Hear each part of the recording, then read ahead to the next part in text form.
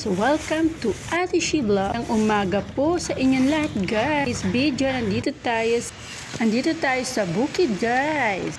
Mangunguha tayo ng papaya at tanglad. So ayan guys, samahan nyo ko. Magandang umaga.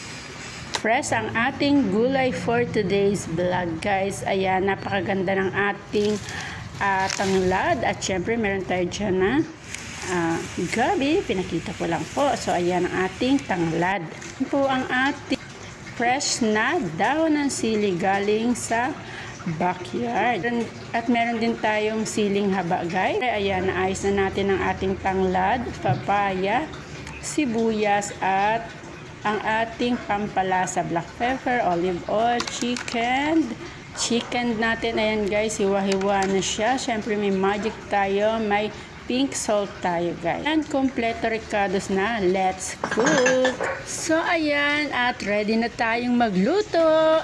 So ayan na guys, magpapainit na tayo ng olive oil. Syempre naglagay na po tayo ng gisa-gisa muna guys. At ilalagay na rin natin dyan ang ating tanglad. Maya guys, sutay-sutay muna tayo at ilalagay na rin natin ang ating sibuyas para mas madaling maluto. Susunod natin dyan ay ating chicken. Sutay-sutay muna tayo guys.